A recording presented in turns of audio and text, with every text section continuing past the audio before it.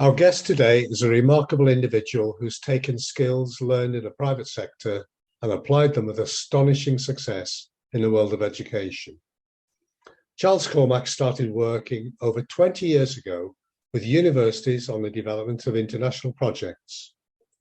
He has since built the business into a specialist consultancy working exclusively in higher and further education. He supports universities, government ministries and agencies, and private operators in the development of innovative and profitable international projects across the globe. His focus is on the opportunities in Europe, the US, and Australia. As well as chairing the Charles Cormack Group, Charles is also the founder of Retinant, a specialist consultancy working with universities in the UK and Europe on student retention, well-being, and employability. All topics which are at the top of the agenda as higher education continues its relentless expansion globally. Always thoughtful, Charles has developed some valuable insights over the years. We welcome Charles to this discussion. I wonder then, in terms of experience of when students go abroad, so thinking of experience you might have from, ones in the UK that go off, from I suppose what, I don't really like the term soft skills, but you know what I mean by it. From those kind of skills, presumably, I know there'll always be exceptions, presumably most have a good time and develop it in that sense. Do institutions report that they see a kind of benefit in people getting out there and having new experiences in developing those kind of skills? I think it's probably a commonly held belief that students will benefit hugely from having a period abroad studying, because it's going to help them develop in so many ways. But the problem is that those that go abroad are self-selecting in that they tend to be, they tend to want to, but more than that, they tend to be the children of, middle-class families who've traveled, who have that, I haven't seen any studies, but I wouldn't be surprised if far more private school children went abroad on study abroad, semester abroad than state school children. And I think that's down to a level of confidence that they have. I mean, a lot of the universities we work with, what are term widening participation institutions. So there'll be universities who, maybe they're not in the top 30 or 40 in the rankings, but they're doing an absolutely phenomenal job at giving youngsters, hugely enhanced life chances by getting them into higher education and working with them. But they have a real problem to get their kids to go abroad, because, talk to them and they'll say, look, even if we buy them the ticket and we give them some money, they're not going to go because they feel uncomfortable. They don't feel, they're worried about language, they're worried about being in another country because they're not used to traveling, and I think that's one of the things that we do a lot of work on in CCG at the moment, is trying to encourage and set up foil experiences.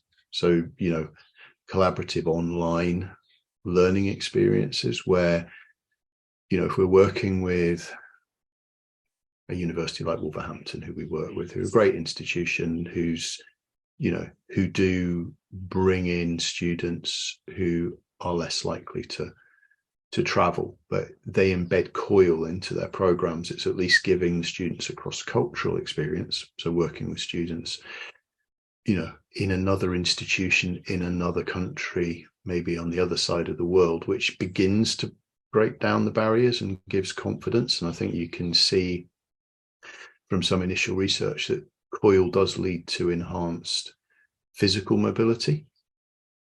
because it takes away. I think a lot of it is down to, I mean, there's the practicalities. Students from widening participation institutions tend to have less money. They tend to come from, poorer socioeconomic backgrounds, which means that they're more likely to be in work. They're more likely to be a little bit older. They may have family caring responsibilities, whether that's for children or for parents or what have you.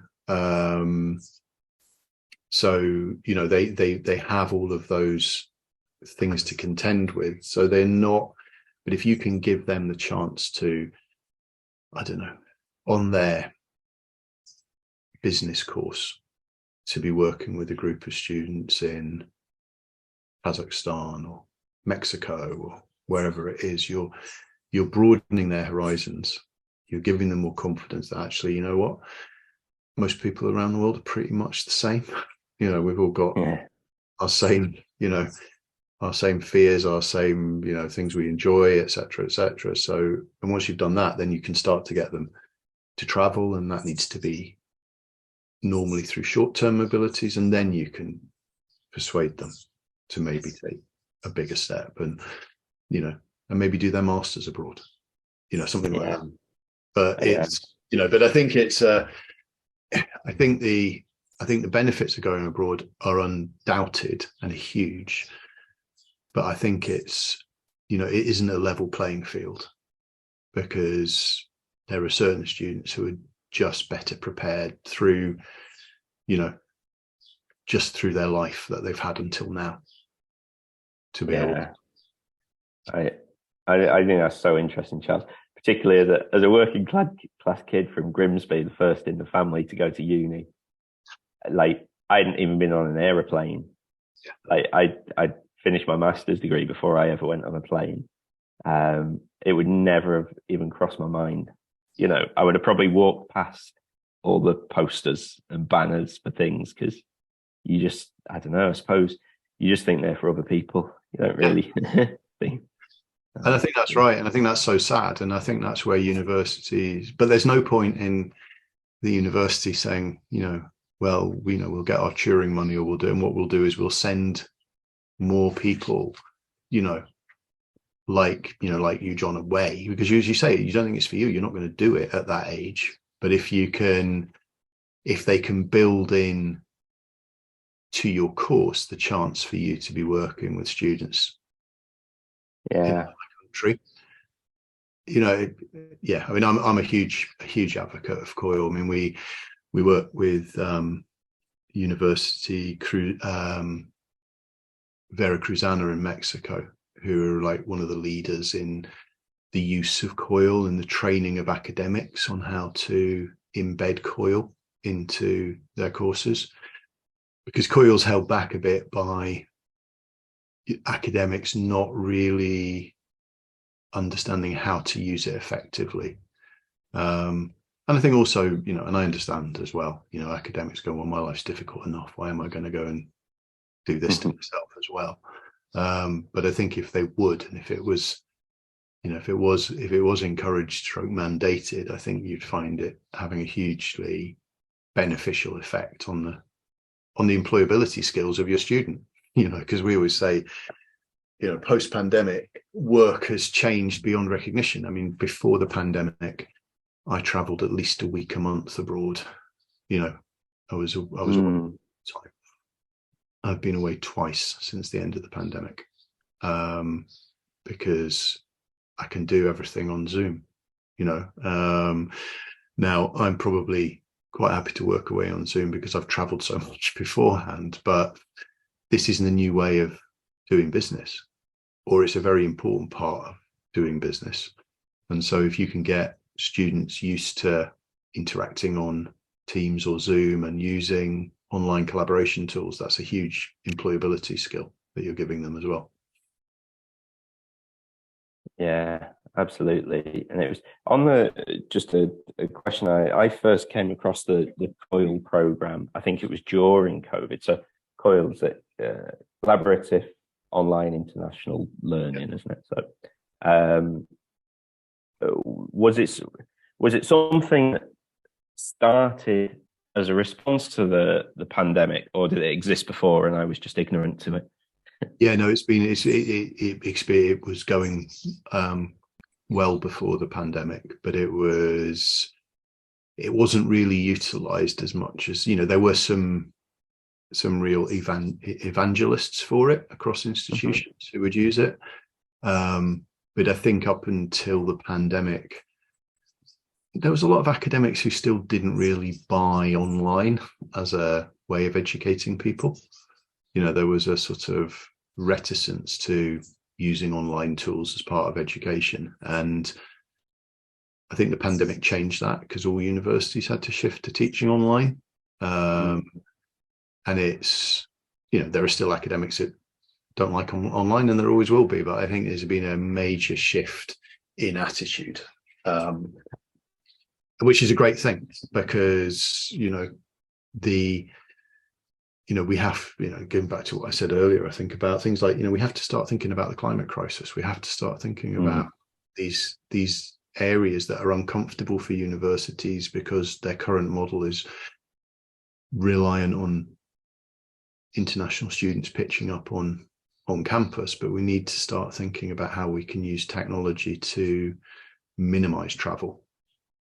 It's incumbent on all of us. I mean, we're carbon neutral as a company. We're carbon neutral because it's the right thing to do, but we're also carbon neutral because we understand that universities are increasingly going to come under pressure to look at their carbon footprint.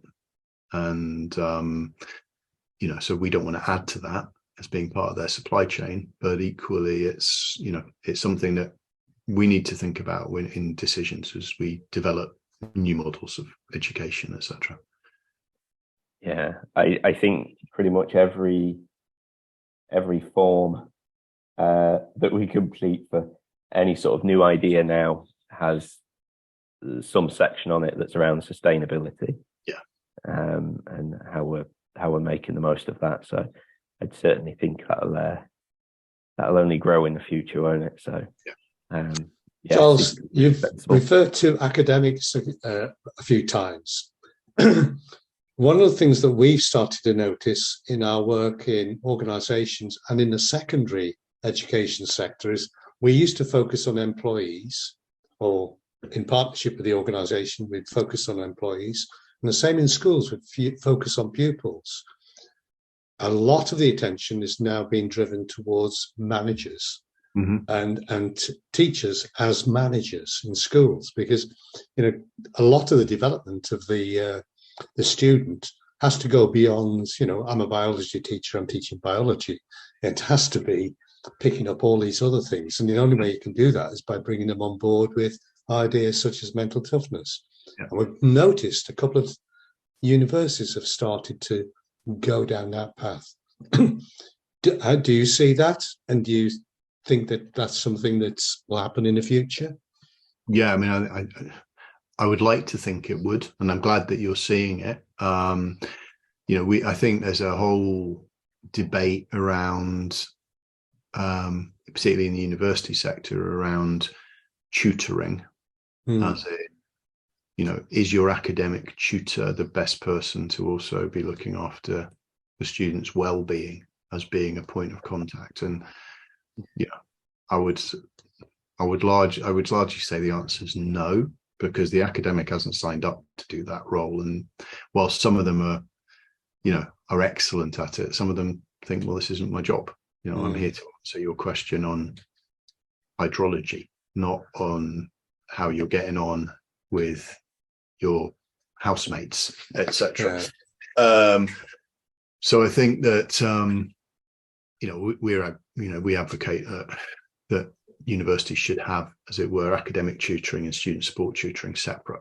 So there should be people who are trained and understand things like mental toughness, because if they don't, and they don't understand it and they don't buy into it, then how are they going to support their students? We've had this issue ourselves with some institutions where, and it tends to be the worst ones tend to be when you've got psychology academics in it who decide that for some reason they don't like mental toughness. Oh, right. Yeah. You know what I mean? And it's like, for no reason other than academically they don't think it, sort of thing, you know, and they're always the most difficult ones because you end up having a sort of you know, an academic argument about it with them, and you're going, well, read the research, you know, this is not rock. I mean, the thing I love about MTQ is it's really not rocket science. It's really just a very simple way of highlighting, you know, where students are in their personal development. We do have one university we work with that have it as part of their recruitment process and use it with all of the people once they've been appointed. Right. Now, what I think we're seeing is the importance of awareness, because, you know, in organizations, very often you get these silo effects. You know, you have the line manager and the HR department, and the HR department is, you know, dealing with the mental toughness concept. They're trying to do things with staff, but the line managers, if they're not aware of what's going on, they can't support it. And at the end of the day, there might be HR managers in title, but the manager of the human resource is the line manager. So they've got to get involved. And I only see that if this approach is valuable, and it is, then everybody's got to get involved in it. Yeah, I think if everyone does, then, you know, then you're going to see a real fundamental difference to. You know, something that strikes me as well is one of the things, without some sort of screening or testing, ones that can easily fall through the cracks, academically really strong students, because if they're hitting high grades, nothing flags. Yes. And I know just from sort of personal experience, when I've spoken with the students, you know, that I've got to know, overall, I would say there's a positive correlation between well-being and academic grades, but it's by no means a perfect correlation. And there'll be many students that actually could do with some support. They're working damn hard to manage stuff, but if they're really good at the academic stuff, they hit the good grades, and everyone says, "Geez, look at them, they're flying."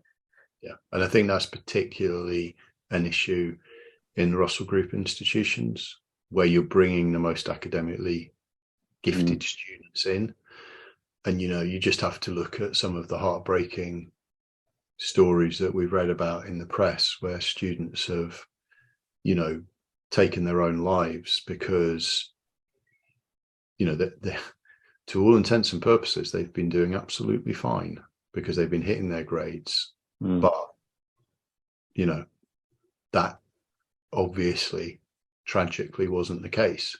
And, you know, whenever I, you know, read those stories, I think, well, you know, if those institutions had looked at the mental resilience of those students, you know, I'm not saying that they would have picked up any, but they would have picked up something. They would have understood that there were areas where that student was not resilient, and that was going to cause a real problem if you were putting them into certain situations where they were deeply uncomfortable. I suppose well-being in general, really, from an organizational point of view, it's the problem occurs when well-being is sort of seen in this sort of passive, you know, you respond to issues rather than and I think that's being proactive about it. Yeah, I mean, you know, we're doing we hope to be doing some work with a company that does, you know, mental well-being, mental health, and the reason that we want to work with these guys is, of all the people that we've spoken to, they have an active outreach policy. So when people, you know, are using their well-being app, if they're giving cause for concern, they get a call from a therapist, because the danger is that, you know, if you take a passive approach, then you're not going to, most people won't ask for help. Most people don't do it. They, for whatever, for a myriad of different reasons. Maybe it's I don't want to be seen to be asking for help and talk to my, in front of other students, or I just feel uncomfortable, or, it could be hundreds of reasons. But if we've got the tools to allow us to be proactive, why wouldn't we? It seems when we're getting to the point now where these tools exist.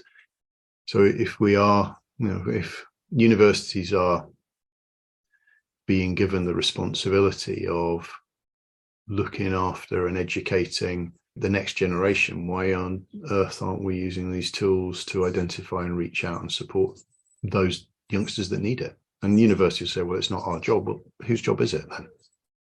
They're paying you £9,250 a year for the pleasure of being at the institution, if they're from the UK, and considerably more if they're from outside of the UK. So if it's not your responsibility, then whose is it? Difficult to argue with that. Interesting, Charles. You obviously adopt a very thoughtful approach to your work, which I love. But you've also got this global perspective. So are there any places around the world that are getting it more right than, say, we are in the UK? It's a good question. I wouldn't say much more right than we are. We've got teams in the UK, the US, and Australia. So we work for all, universities from all those three countries. And so I've got a good overview of those institutions. And I would say that in America, it's a different attitude towards university, particularly, for example, in the liberal arts sector, where the students are, in the nicest possible way, still treated as children, not as adults. So they'll have a huge amount of pastoral support, and they'll also have very small class sizes, and they'll have huge amount of oversight of the student. Now, there has to be a happy medium, because then the student doesn't grow up, in the nicest possible way, doesn't grow up, because they're still being treated as children. So I don't think they've got it right. They do it differently. Post-Brexit, there are very few things I'm particularly proud of about this country, but one of the things that I am proud of is our higher education system. Right. It's still, I think, the best in the world, despite what the government does, rather than because of what the government does. I think that goes across not just the academic area, that goes across the institutions themselves. Right. The thing I love about working in the sector is that you're working with people that care, whether it's about their subject, whether it's about their student, or whatever. They care about some of our, smaller regional universities that do such an amazing job. Really, they're the economic driver of their region, and they are improving, as I said before, they're improving the life chances of, a lot. I don't hold with this new argument around university being bad value for money. I just don't buy it.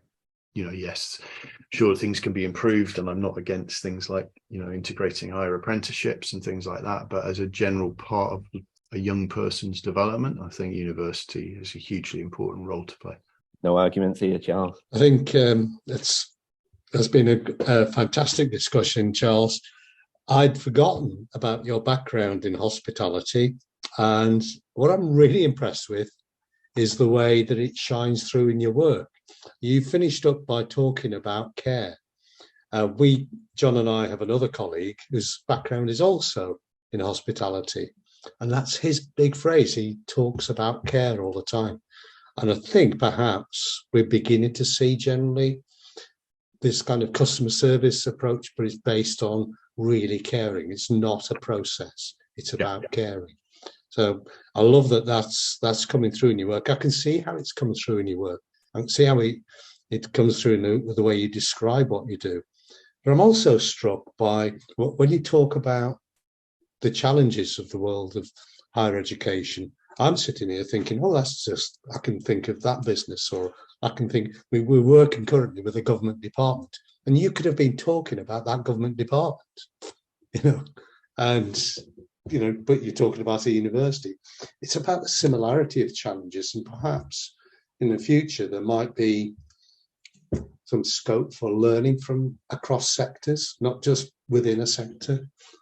So I thought this has been a wonderful conversation. So, and I love the thoughtful way you approach everything. So thank you very much, Charles. That's been brilliant. Thank you. Been a pleasure. Thanks a million. Cheers, John. Thanks.